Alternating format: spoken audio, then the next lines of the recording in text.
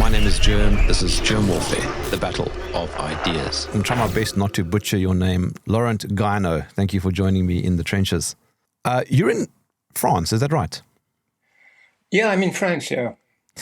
I was in France in 2023, and I really enjoyed the south. We obviously started in Paris, as everybody does, and then we went down to Toulouse and to right down to the Canal du Midi, and we actually hired a boat and traveled along that little region, and I really enjoyed the little town of Narbonne.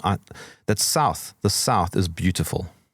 Yeah, France is a beautiful country. I mean, that's one thing we'll always have, hopefully. It's the landscape. There's so much variety. We have the sea, we have Mediterranean Sea, the Atlantic, with so many mountains.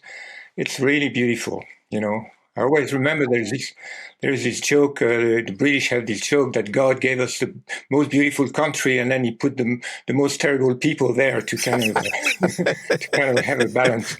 So whatever happens to France, I think will always attract tourists because it's really a beautiful country. Yeah. It is beautiful. The wine is, I love wine. So we particularly enjoyed the wine. I will say though that I think our wine is just as good. Okay. Yeah, I'm not very, I'm not a connoisseur in wine, so I have no problem believing you can do just as good as we do. We have Laurent, I'm going to start with a quote from Benjamin Netanyahu. He said, "I know what America is. America is a thing you can move very easily. You can move it in the right direction." Yeah. Yeah, I think that says it all. You're right. And that's the reality, I think. It's the result of a lot of work from Israel, through years of work, through AIPAC and other organization to control every single election in America, and to the point that they reach the point that they control most of American politicians from the level of mayor to the Congress, and then ultimately to the presidential candidates. That's basically the reality. I think so.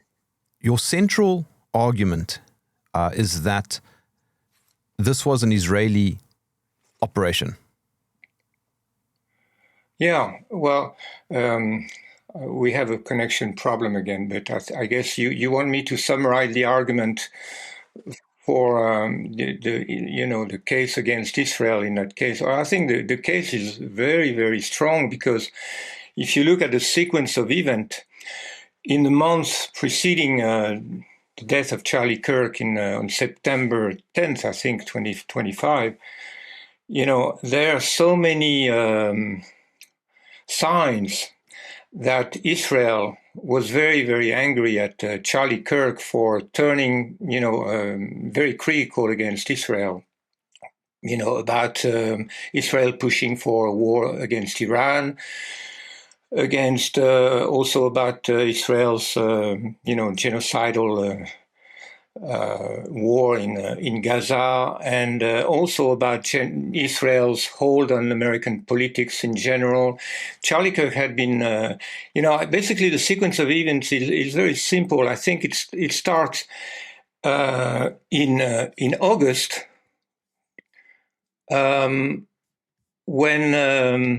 in July. Yeah, in July, Charlie Kirk hosted Tucker Carlson at his TPUSA Student Action Summit, and there was also Megyn Kelly and Dave Smith, and they talked very strongly against Israel and about the Epstein file, and that was one of the first time it became a public subject that let's open the Epstein file, because Jeffrey Epstein is obviously a Mossad agent. That came out very, very clearly in those debates.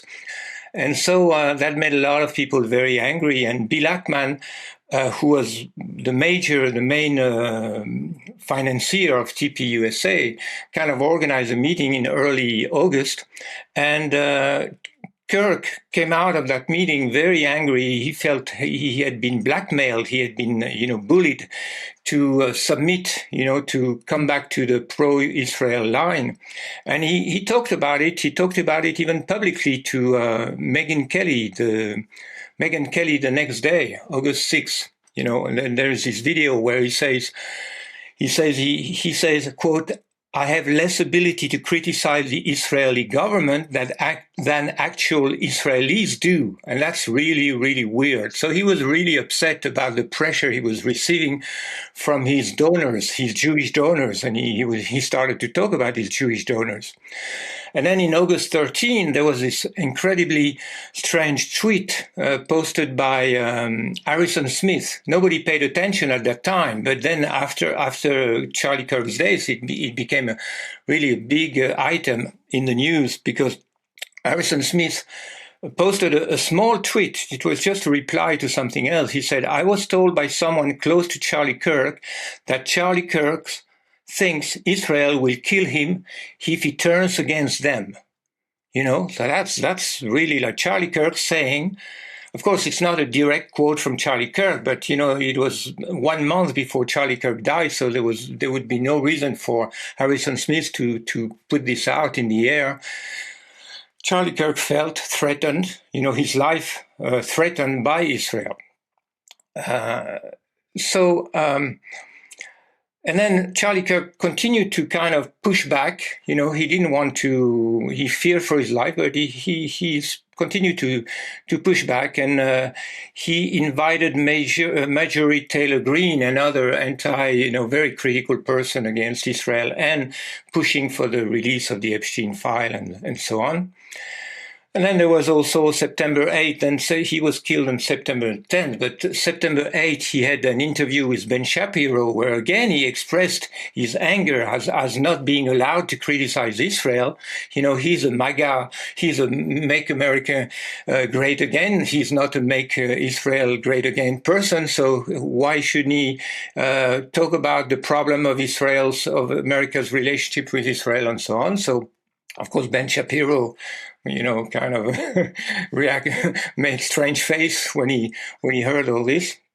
And then there was that became revealed later by Ken Lesso, and there was some exchange on WhatsApp involving Josh Hammer, Rabbi Voliki, and all kind of Jewish people who were kind of trying to monitor and kind of trying to handle Charlie Kirk.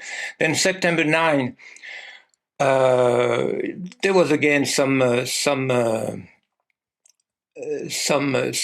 talk, and then September 9th at 9 p.m. in the evening before he died, there was a Zoom meeting where again Josh Hammer was what's his name? Bill Ackman, of course, was again pushing, threatening Charlie Kirk.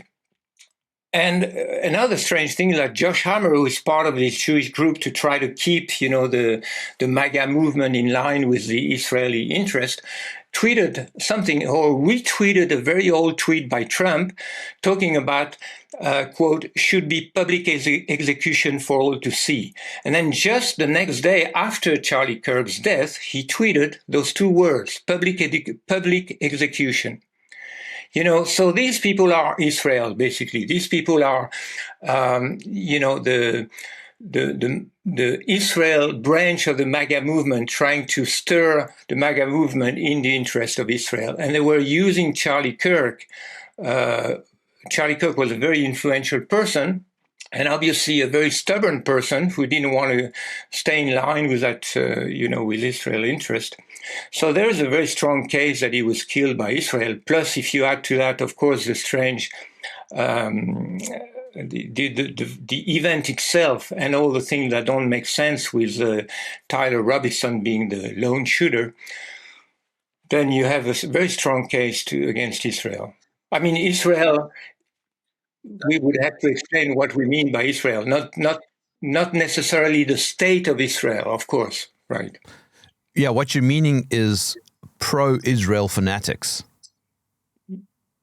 Yeah, what I mean is Israel as an international deep state, Israel as a very special nation which has agents, thousands of dedicated agents, Sayanim, everywhere in the world, people working in the interest of the state of Israel throughout the world. Israel is a nation that cannot be compared to any other nation. It's both a state in Palestine and an international organization, worldwide, especially in America and in Europe. So, to define Israel would require a little bit of time because it's something very, very special. We're not talking just about a state somewhere in the Middle East, of course. Yeah, it's sort of like talking about the CIA. Well, yeah, but it's something much deeper than the CIA, I think, and much broader. And it's not even only the Mossad itself, those people who were around Charlie Kirk probably had no connection to Mossad, but they have so many connections with so many criminal networks, For example, if they want to take out somebody, it's very similar to the case of Kennedy. That's one of the reasons I got very interested in that case. Because you have here a public execution.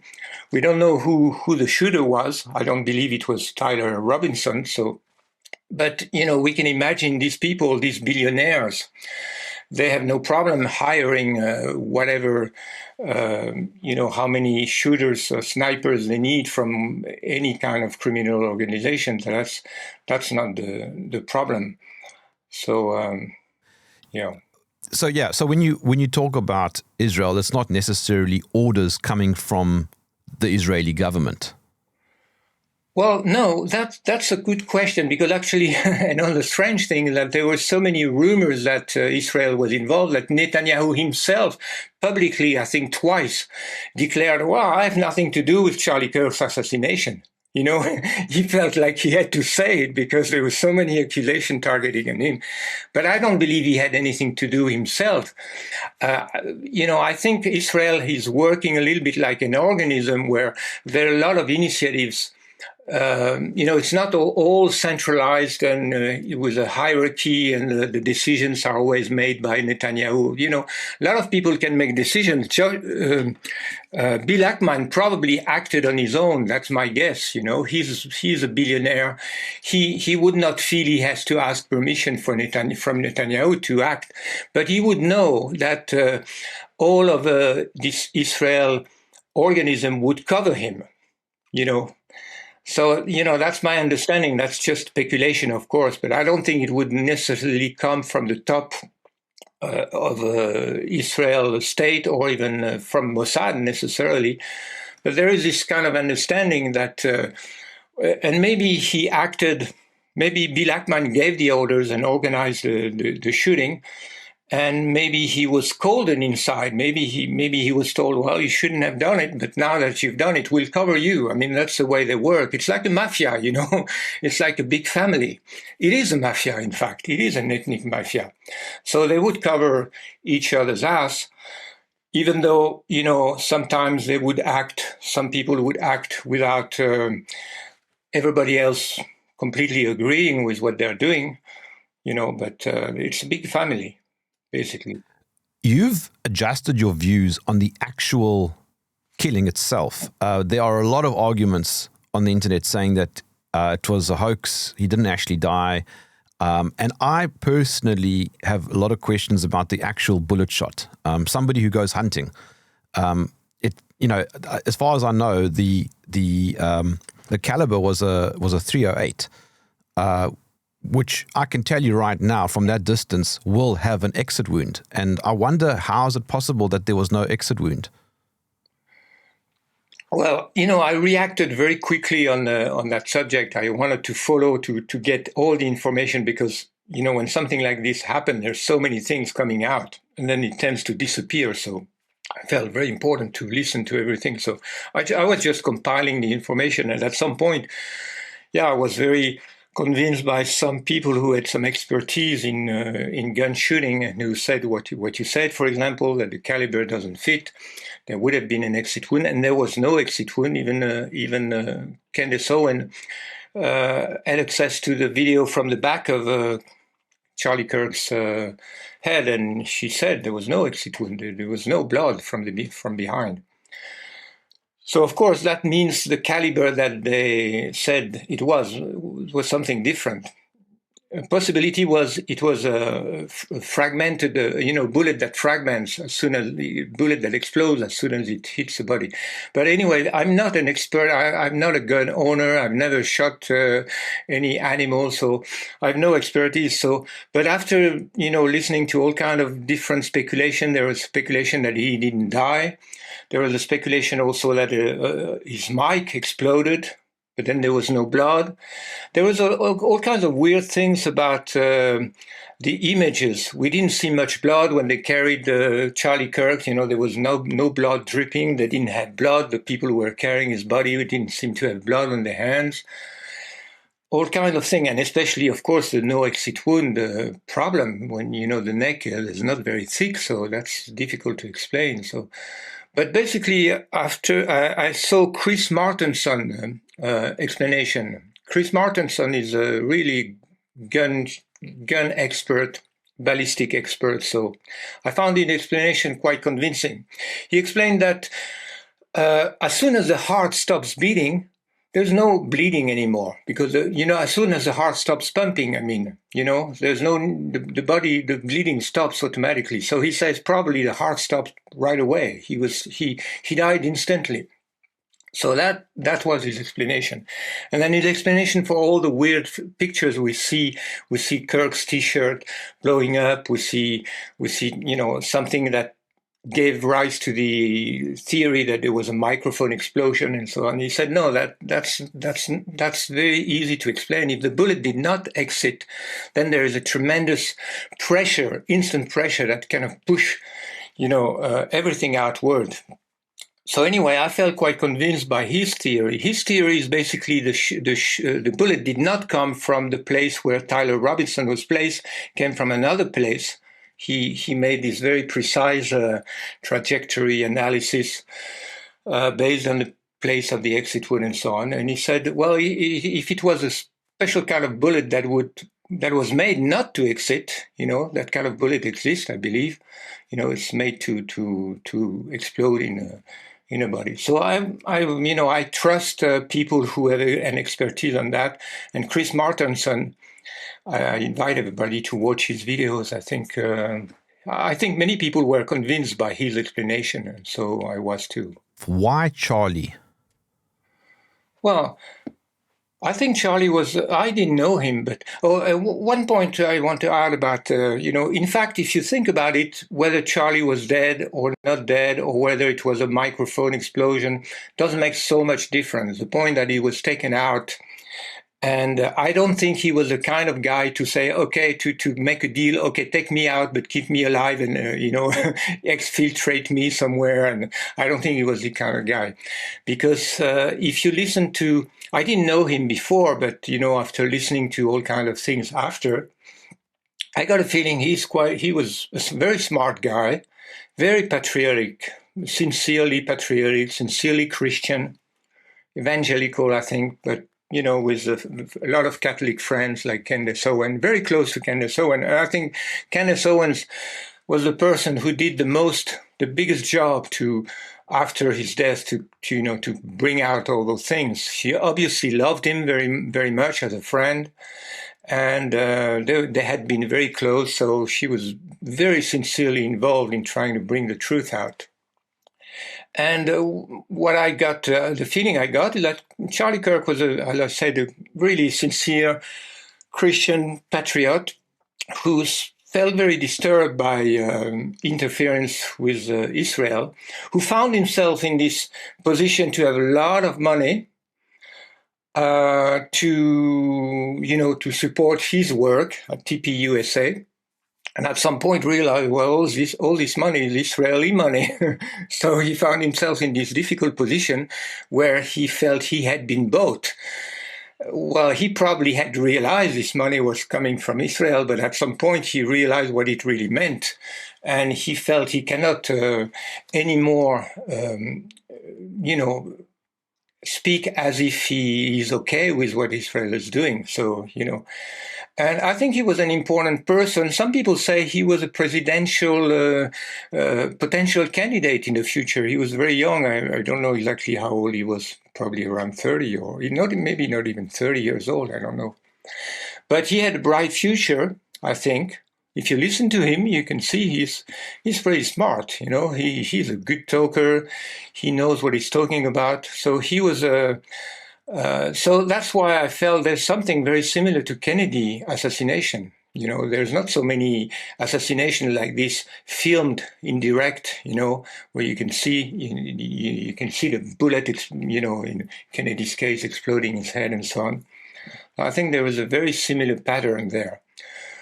So I think he was important because it's extremely important for Israel to keep the MAGA movement in line, and to keep also the evangelical Christians in line with Zionism, to stir, you know, evangelical Christianity in the direction of Christian Zionism. It's extremely important because in America, and we can see it now, you know, there's so many Christian evangelicals around Donald Trump, and they're all saying, well, if you're a Christian, you should love Israel. It's very important for Israel to use Christianity as a propaganda tool in support of Israel, because Israel is a holy country, God's people, and so on. So I think Kirk was they felt they could not let Kirk get away with it. And there's also an element, kind of a mafia style element, you know, we pay you. You know, you cannot betray us. That's not acceptable. They cannot let it go. So they had to make an example. And the way the execution was made very publicly is, you know, mafia style, making an example, you know, to send a message. I think that's there's all these dimension in the case. So the irony is that Charlie started Turning Point USA and then himself started turning. Yeah, he was turning. Yeah, absolutely. He was turning. Yeah. And because of his huge influence, it posed a problem. Yeah, because of his huge influence, because of all the messages he was receiving from young people on campus. He was constantly bombarded with the question, what about Israel? Do you support Israel? You know, Nick Fuentes had been a very strong opponent to Charlie Kirk. And Nick Fuentes has not been talking very nicely about Charlie Kirk even after his death.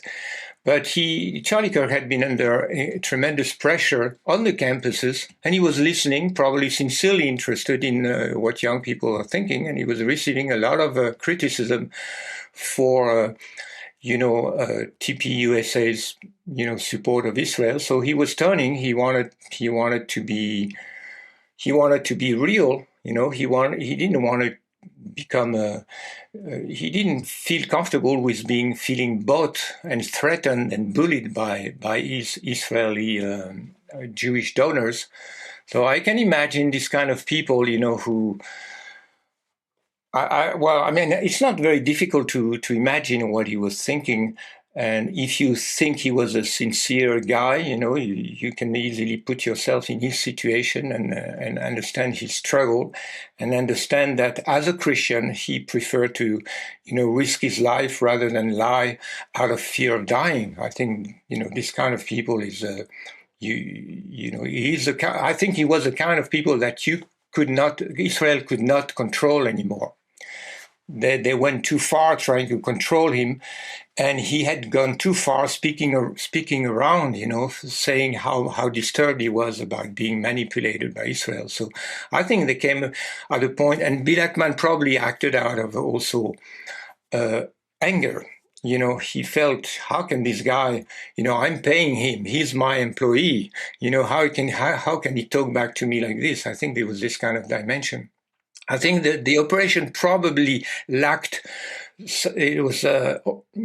It gives me the impression that you know, it was not very much planned. You know, because Israel's fingerprints are all over the place. So either they wanted their fingerprints to be all over the place, which is a possibility that they won't people to know that Israel can take away anybody they want and they can get away with it. Nobody can do anything about it. Maybe that's the message they want to send also. What sort of influence has Israel had over American conservatism? I say conservatism, quote unquote, because I don't know what that term really means anymore. If we think about Candace Owens and Ben Shapiro, they're both considered conservative, but they are very different. Well, it's obviously there has been a big split within the conservative movement, and I think Charlie Kirk's assassination kind of accelerated and amplified that split. You know, after his assassination, there was really, the split became very obvious. So all these people who had been part of the MAGA movement split in two. And we have the Tucker Carlson, Candace Owens, Nick Fuentes, all these people who had been very supportive of MAGA. Now they are not MAGA anymore. I mean, MAGA does not exist. What's left of MAGA is basically the Zionists. People who support Trump today are basically the Zionists. So they're either Jewish Zionists or they're Christian Zionists who thinks being Christian means supporting Israel, whatever Israel does. You know, people like Mike Huckabee, you know, he say, well, the Jews were given this the whole Middle East. They can take the whole Middle East because that's what God wanted. You know, that's the line of these people now, who are Christian, evangelical. Not so many Catholics in that line of thinking, but you know. And if you listen to Pete, so it's a bit mysterious. Probably some of them are not sincere. They're just doing this because they're completely bought by Israel. People like you know, those senators like. I forgot their name anyway, who support Israel unconditionally and in the name of being Christian. I'm wondering if they really believe what they're saying, or like Pete Exet also, who suddenly has become a guy who quotes the Bible to justify what he's doing. And, you know, is it sincere or not? I doubt it. I don't know. I don't really believe this kind of, I think this kind of people, they don't even know what I think, you know, there are these kind of people who are so used to lying that they even believe their own lies. I mean, the psychology of this kind of people is very strange, very difficult for normal people to understand. They get convinced by their own lies because for them truth has no meaning. You know, for them it's Trump. There's many testimonies about Trump thinking. Trump's philosophy is like this. You know, you repeat something enough times, it becomes true. Truth doesn't have any meaning for them. I think that's the bottom line. I just want to clarify something. So you mentioned a few names of individuals who are suspicious. Bill Ackman, you've noted. Josh Hammer, you've noted. Rabbi Waliki, is that right?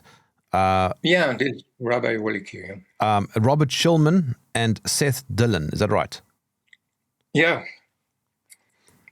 Yeah, I mean, I made in one of this article I started with all the names of these people who are important to understand.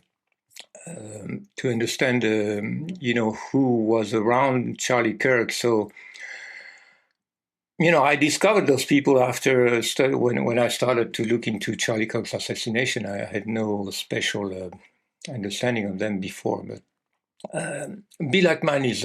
You want me to go through these people really quick? So Bill Ackman is a hedge fund manager. He's worth $9 billion. And he's an unconditional supporter of Israel. And so he's the one who basically the major financier of TPUSA. And he, as I said, on August 4 and 5, he organized a 2-day meeting with all the people involved, all the donors. And that was the start when Charlie Kirk felt. He came out of that meeting feeling threatened and bullied, and he spoke about it to Megyn Kelly and other people. And then there is Josh Hammer, who's also involved. He was in that meeting. He's another very strong Israeli first, Jewish guy who wrote a book called Israel and Civilization, trying to explain to Americans that the birth of America and the birth of Western civilization is in Jerusalem. That's a typical theory of this kind of people. Without the Jews, you would be nothing. We gave you everything. We gave you God. Without the Jews, you wouldn't even know about God. You wouldn't know about anything. That's a very old theory. Actually, it goes back to even the time of even before Christ. There was those books written saying, well, Moses taught everything to Plato and Aristotle, and even the Greeks learned everything from the Jews. So that's an obsession for them. They probably believe it, actually. So he's this kind of guy, and he was around Charlie Kirk and always pushing for Charlie Kirk. And as I said, he made this very suspicious tweet just before, the day before, he retweeted something from Trump, which had nothing to do with, I don't know the original background, but this tweet was about public execution. He deserves public execution. And then just after Charlie Kirk's death, he retweeted again those two words, public execution, without any context. That's an incredible, almost confession. It's very difficult to... That's why I say, in some case, it seems like they wanted the world to know Israel did it, and there's nothing you can do about it. We know, we want you to know we did it. So we did it. We know we did it, but we know you can't do anything about it. I think that's part of the message, because they feel now so confident, so powerful. They feel they have gained such a deep control of America that they can behave like this. In fact, they cannot help but behave like this, and brag about their power. Rabbi Wolicki claimed he was the rabbi of Charlie Kirk. He claimed to be the spiritual advisor of Charlie Kirk. They like to say this, that they are the spiritual advisors of Christians. And he was part of all these meetings. He was part of the Zoom meeting the night before Charlie Kirk's assassination. And he made some comment about that meeting after, saying that, we try to get Kirk rehearse his talking point about Israel. And he said, quote, well, Charlie Kirk was in a very combative mood, which could mean different things. And then he added, he was playing the devil's advocate. Kirk was playing the devil's advocate in that meeting. What does that mean? There's only one possible meaning. Charlie Kirk was answering back to those talking points. He was not agreeing with those talking points. You can play the devil's advocate as a way to, to kind of do in a game, to pretend. But you can also, in the case of Charlie Kirk, it's very clear that he did not agree with those talking points. So Rabbi Wolicki was maybe not directly involved, but of course in the assassination, but he was part of the environment, the Israeli environment. And Robert Shillman was one of the major donors who declared,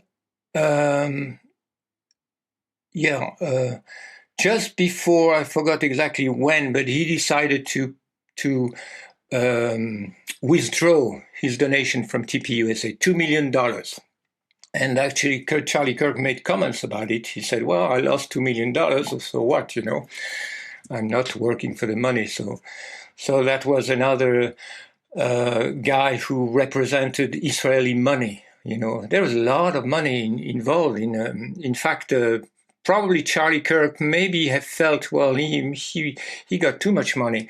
I don't know about his personal situation. There are rumors that he had big, very a big lifestyle, big house, and so on. I don't know about this. That's quite possible.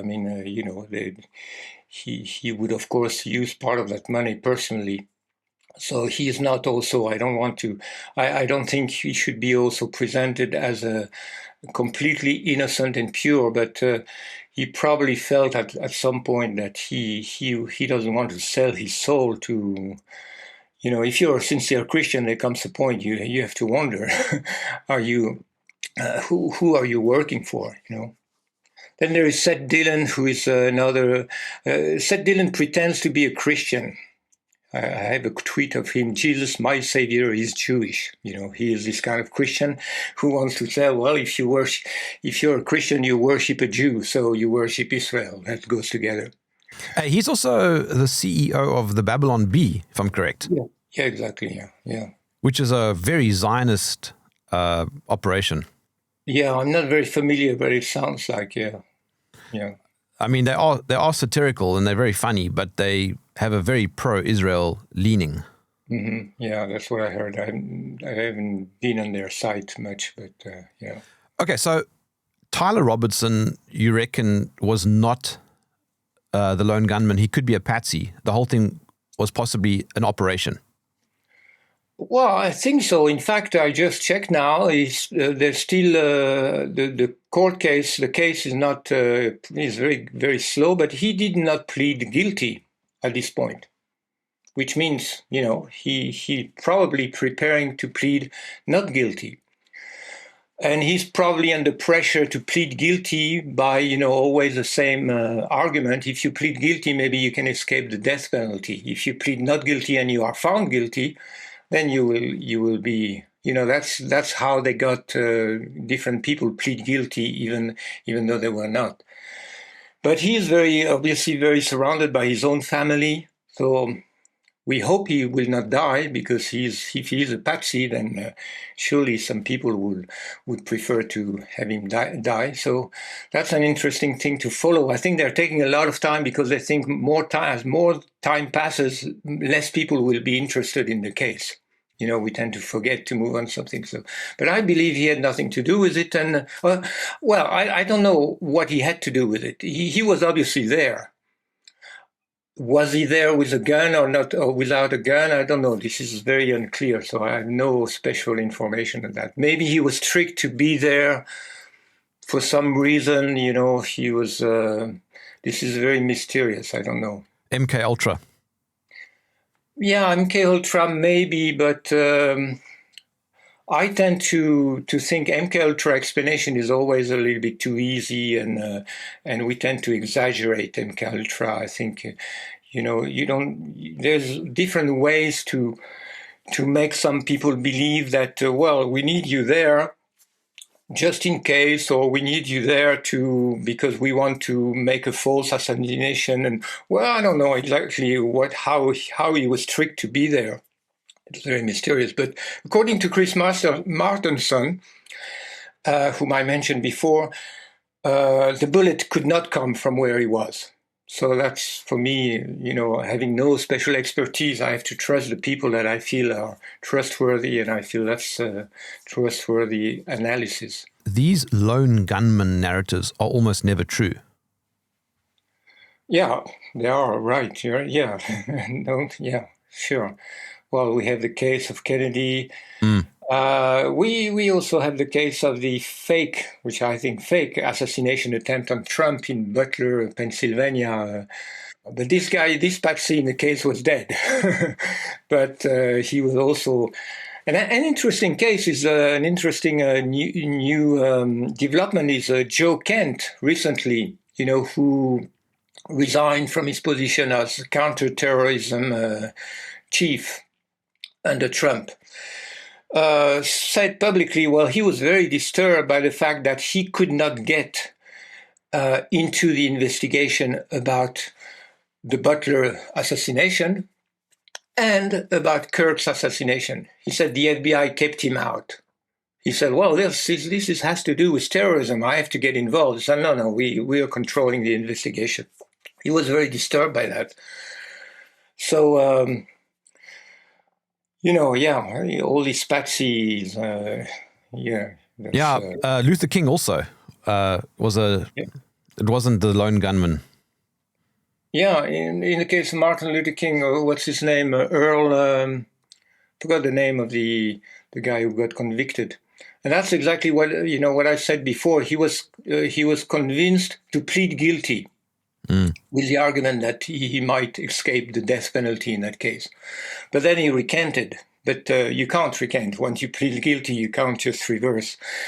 So, but he was not. He died in prison, and he even wrote a book. I mean, he didn't write it himself, but yeah, he was not a lone gunman. He was not even shoot. He didn't even shoot anybody. He was just there. He was just put in the hotel room, and somebody put a gun with his fingerprints under the window.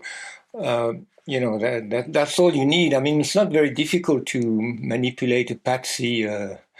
And put a guy there in the right place with his fingerprint somewhere. Fingerprint, that's also something they talked a lot about. Tyler Robinson, they found this gun.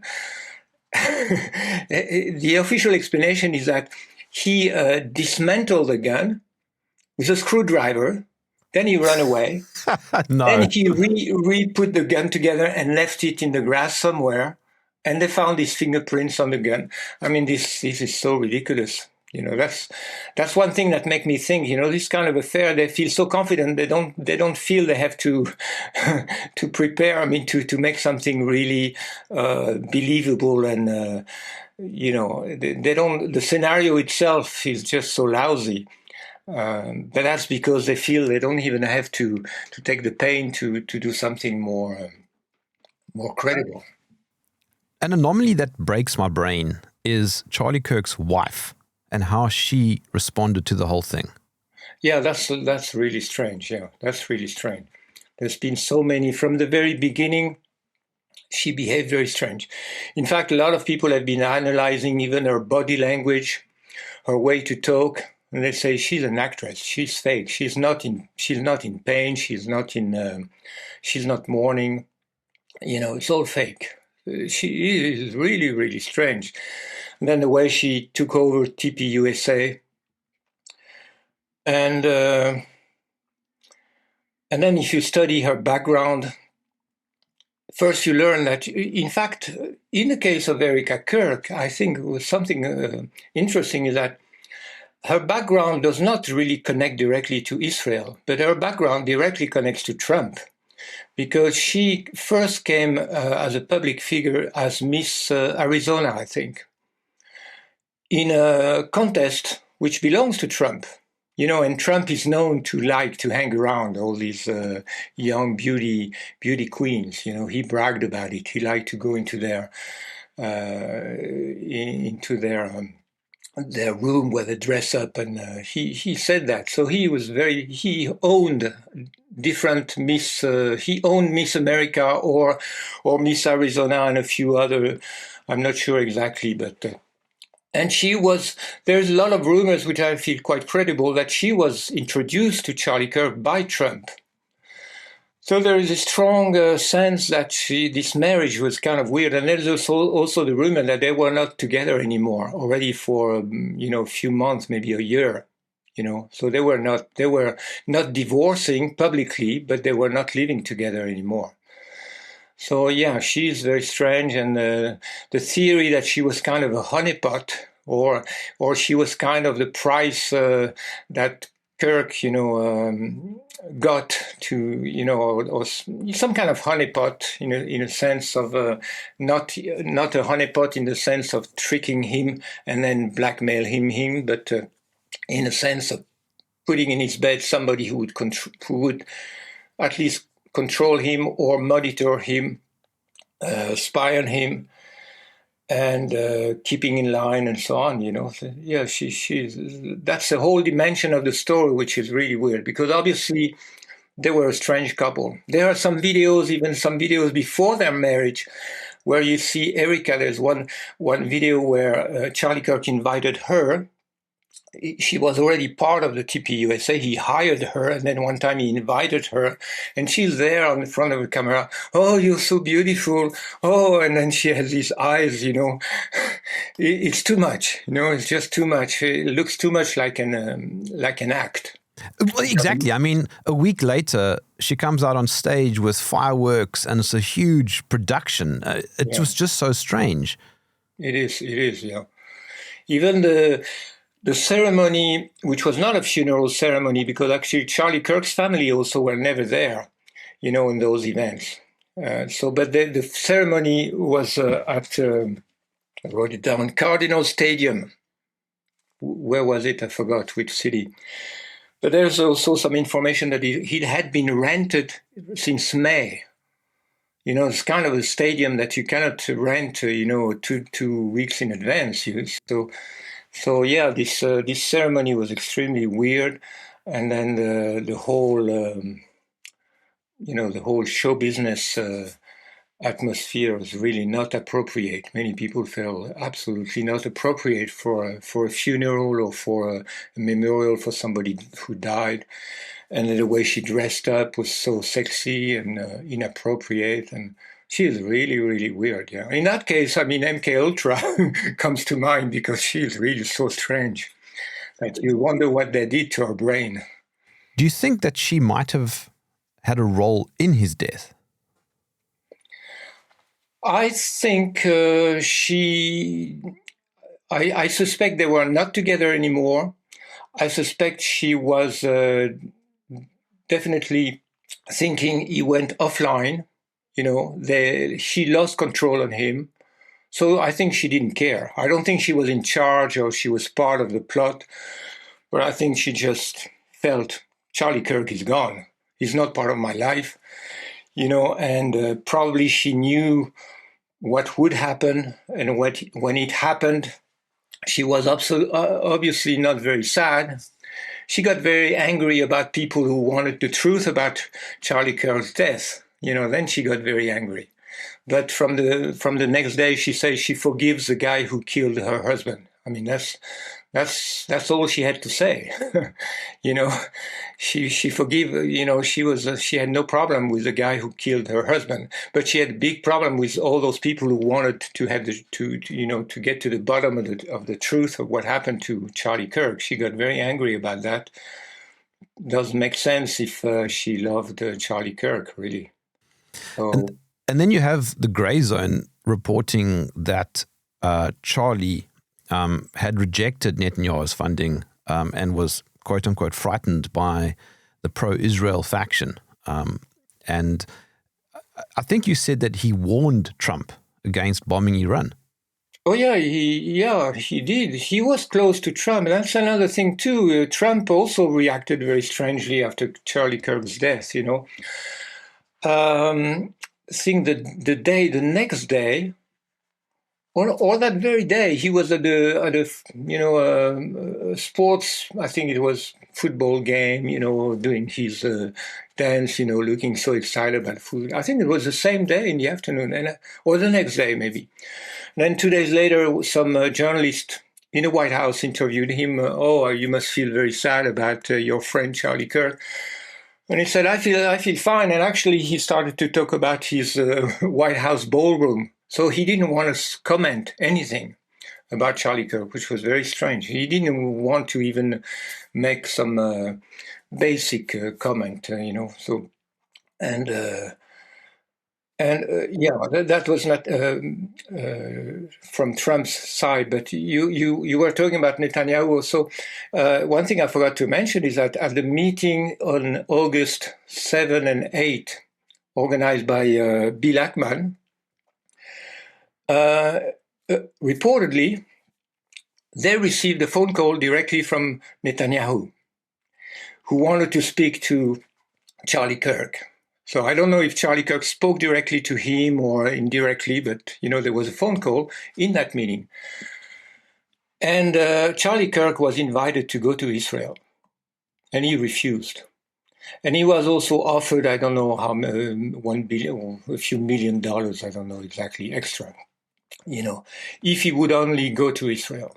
Which means, of course, he must have understood, I go to Israel, that means I have to be photographed in front of the wall, kiss the wall and do all these things and make a speech. And, he refused. And that's enough. That's enough, you can't refuse, almost by definition, that's an important element to the case, which also showed, the direct connection that Bill Ackman had with Netanyahu, And then there's that mystery of that private jet.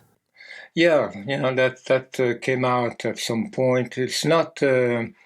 It seems to be true. I haven't seen any contradiction to that case. I think that the name of the guy of the owner of that plane is Derek Maxfield, and he's a Jewish, or at least a Zionist, a billionaire or a rich man who has a private jet, who took off from nearby at the time when normally it should have been, all plane flights should have been cancelled in the area, and they were cancelled, it seems like. And he took off, and yes, he did turn off his transponder, so nobody can know exactly where he landed. So, yeah, the theory, the hypothesis, the suspicion is that the real shooter was taken off. At some point, some people, and I echoed that theory, at some point, it could have been possible that it was actually Charlie Kirk who was exfiltrated by this plane, if Charlie Kirk did not die. But that theory, I don't believe so. Of course, again, there's no proof that it was connected, but it's a very suspicious thing. Yeah, especially since this guy Derek Maxfield is documented as a supporter, as a Zionist, supporter. So now what? Well, now I think I'm trying to keep, sometimes I try to check where the court case is going, because that will be very interesting, and we should not forget about this. They want us to forget, a lot of things like this. They want to take as much time as possible, because so many things happen in between. People's mind has shifted. So, but in that case, the patsy is not dead, and we can hope that around him, some people don't want him to die. Some people want him to die, but probably some people don't want him to die. And it would be, of course, he can always die. People can die in prison. They can commit suicide in prison, as we know from the example of Jeffrey Epstein. So that might happen to him too, which would close the case. But apart from that, I don't know. I think we should keep this case in mind, because, of course, it's not as important as the Kennedy assassination, which is, in my view, extremely important. I think because the reason I got interested in Charlie Kirk assassination, because I'm so interested in the case of Kennedy, because I think if Americans understand what Israel is doing, the level of control they have over America, and the kind of control, the kind of mafia, activity they have in America, being able to kill anybody, whom they feel is threatening their interest, is extremely important for this kind of truth to emerge. And we have to connect all those dots. So we have to connect Charlie Kirk with Kennedy. So there is a pattern there. And the Kennedy assassination, for me, is the major event that transformed America into Israel's, into an instrument of Israel. Lyndon Johnson, for me, because the Kennedy assassination, I always say we have to understand the purpose was not just to take out Kennedy, the purpose was to bring Lyndon Johnson in. And from Lyndon Johnson, this was the beginning of everything. It was the beginning of Israel getting the nuclear armament with implicit blessing from the White House. The beginning of AIPAC being able to, to do whatever they want, and the beginning of America supporting Israel unconditionally, and having a Middle East policy completely in favor of Israel. This was the beginning. So, yeah. What was JFK's position on Israel? Well, JFK's position on Israel is today. It was not clear when Kennedy died. People did not know about JFK's position on the Middle East, on Israel. It was not because, and that was probably his mistake. He didn't make it public enough.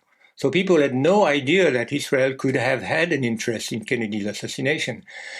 But then in the 90s, in the early 1990s, a lot of things came out, especially the conflict between John Kennedy and David Ben-Gurion over the determination of Israel to get the nuclear bomb. We know today that it was a very intense struggle, and Kennedy was absolutely against, absolutely determined to prevent Israel from getting a nuclear bomb. Because Kennedy's major purpose in life, as a president, was to de-escalate the nuclear armament and to abolish nuclear arms. He had talked. This was very public, actually. This part of it.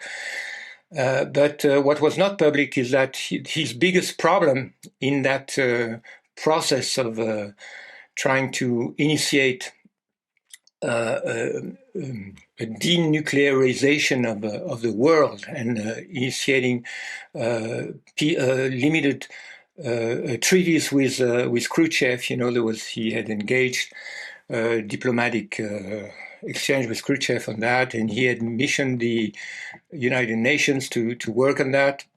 But people didn't know that his biggest problem was with Israel. So also we know today, and that's a work that Jim DiEugenio, who is one of the major JFK researcher, has worked on and produced very, very insightful analysis of JFK's foreign policy. He showed that JFK was very, very much pro-Arab, pro-Nasser. He was an admirer of Nasser. So he was, and even from long before becoming president, he was an anti-colonialist. He had supported the independence of Algeria, so he supported the nationalist movement, the Arab nationalist movement, which were Israel's nightmare. So, for all these different... And then his brother, as Attorney General, had initiated a process to force AIPAC, which was not named AIPAC at the time, but was the American Zionist Council, to register as a foreign agent. So he was very much on different fronts trying to limit the influence of Israel and to keep a balanced policy, even basically a pro-Arab policy in the Middle East. And that's, of course, if we think about JFK's vision for the Middle East, we have to also understand this comes from his father's vision. A few moments later. You dropped off when you were talking about JFK. Okay, yeah. Yeah, I was talking about JFK's position in toward Israel, right? So I mentioned that JFK was determined to prevent Israel from getting the nuclear bomb. And also his brother was trying to force AIPAC, or the American Zionist Council, which was the kind of a father of a mother organization of AIPAC, to register as foreign agent, which if we understand the power of AIPAC today, would have really very much diminished Israel's ability to control American politics. And generally speaking, Kennedy was very much a supporter of Nasser. Nasser died, I think, in 1969 or something. There would never have been a Six-Day War like there was in 1967 under Kennedy's watch. That was Lyndon Johnson's gift to Israel. And in general, when I started to study Kennedy, I started to also be interested in the Kennedy family, and then to be interested in the father. And I understood that Kennedy's vision of the world and vision of Israel was very much in line with, and Kennedy's vision of war, Kennedy's obsession with preventing war, was very much coming from his father. His father has the reputation of having been part of the appeasers who wanted to avoid World War II at any cost, at the cost of trying to compromise with Hitler. So he was a friend of Chamberlain. Anyway, we don't need to get into that too much, but I think we have the interesting thing about Kennedy is that it connects with a long history. To understand Kennedy, you have to go back to the father and to the World War II. And because John Kennedy, he was, I think, a very deep person. He was an intellectual, he was not a politician by vocation. He just found himself there because his elder brother was killed in the war. So his father kind of put the destiny of becoming president on his shoulders. Originally, the father had ambition to become president, but after World War II, he was too compromised with Chamberlain, so he retired and dedicated his life to support his son's political career. But John Kennedy is a really fascinating figure, the more people understand the connection between, the case against Israel in the Kennedy assassination, and that's becoming really big. When I started to work on that 10 years ago, not so many people knew about the Dimona affair, and not so many people had an understanding of all the elements incriminating Israel in the Kennedy assassination. But now a lot of people, and that's one of the reasons why people suspected Israel instantly when Charlie Kirk was killed, is because also a lot of people made the connection with Kennedy today. When I asked earlier, what now, I was also wondering about Turning Point USA. Well, yeah, I haven't followed what's become of Turning Point USA, but it looks like it has turned into a big circus, to promote this Christian Zionist agenda. It seems to, I haven't really followed, but my impression is that it has become ridiculously pro-Israel, and it's become exactly what evangelical Christianity. I hesitate to say Christianity because, of course, not all Christians are in this line, but American Christianity is so overwhelmingly controlled by Israel, overwhelmingly financed. And TPUSA was really a very good example of that. They can put so much money into that kind of organization because it's a Christian organization, and all the money they put in there is to make sure this is a pro-Israel Christian organization. So, they got rid of Charlie Kirk, so now they have what they wanted. Except there is no Charlie Kirk, and they put this kind of brilliant holy hand guy to replace Charlie Kirk, but he looks so fake and so gay, and I don't know how many people are, interested in that. It looks so fake, How can I follow your work? You can check my books on Amazon. You can follow me on my Substack called Radbod's Lament. Radbod's Lament. You will find about Radbod So I'm working on Israel. I'm working at this moment. I have different topics. For 1 year now, I'm working on Christianity and how Christianity has become a tool of Israel. And that's a long story, and I'm becoming also interested in rediscovering the pre-Christian foundation of our civilization, the Greek and the Romans, and understanding what Christianity did to our civilization and so on. But I have also topics more with current events. I write about Trump and these kind of things. So that's my main. Otherwise, many articles I published on the Unz Review, Ron Unz webzine.